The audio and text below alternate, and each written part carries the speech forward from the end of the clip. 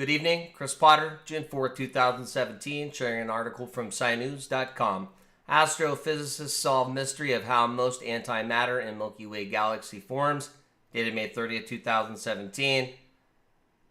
Australian National University astrophysicist Dr. Roland Crocker and his colleagues from Europe, New Zealand, Australia, and the United States have shown how most of the galactic antimatter forms.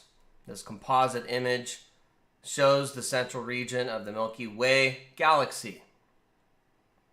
Antimatter is material composed of the antiparticle partners of ordinary matter. When antimatter meets with matter, they quickly annihilate each other to form a burst of energy in the form of gamma rays.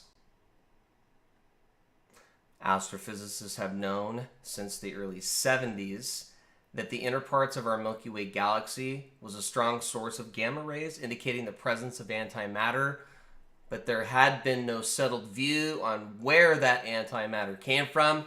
Quote, our team had shown that the cause was a series of weak supernova explosions over millions of years, each created by the convergence of two white dwarfs, which are ultra-compact remnants of stars no longer than two suns, Dr. Crocker said, end quote.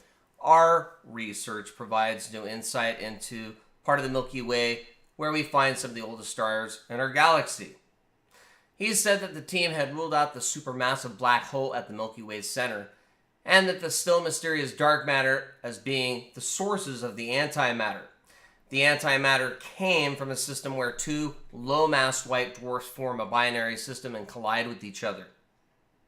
The smaller of the two dwarfs lose mass to the larger star and end its life as a helium white dwarf, while the larger star ends as a carbon-oxygen white dwarf.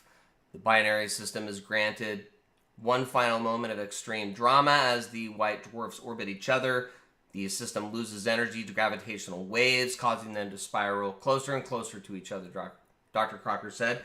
Once they become too close, the carbon-oxygen white dwarf ripped apart the companion star, whose helium quickly formed a dense shell, covering the bigger star, quickly leading to a thermonuclear supernova known as SN1991BG-like, and that was the source of the antimatter.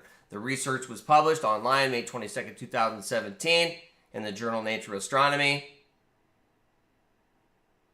Pretty interesting article. I'll put the link below. Have a good day, and thank you for watching. Take care, boos.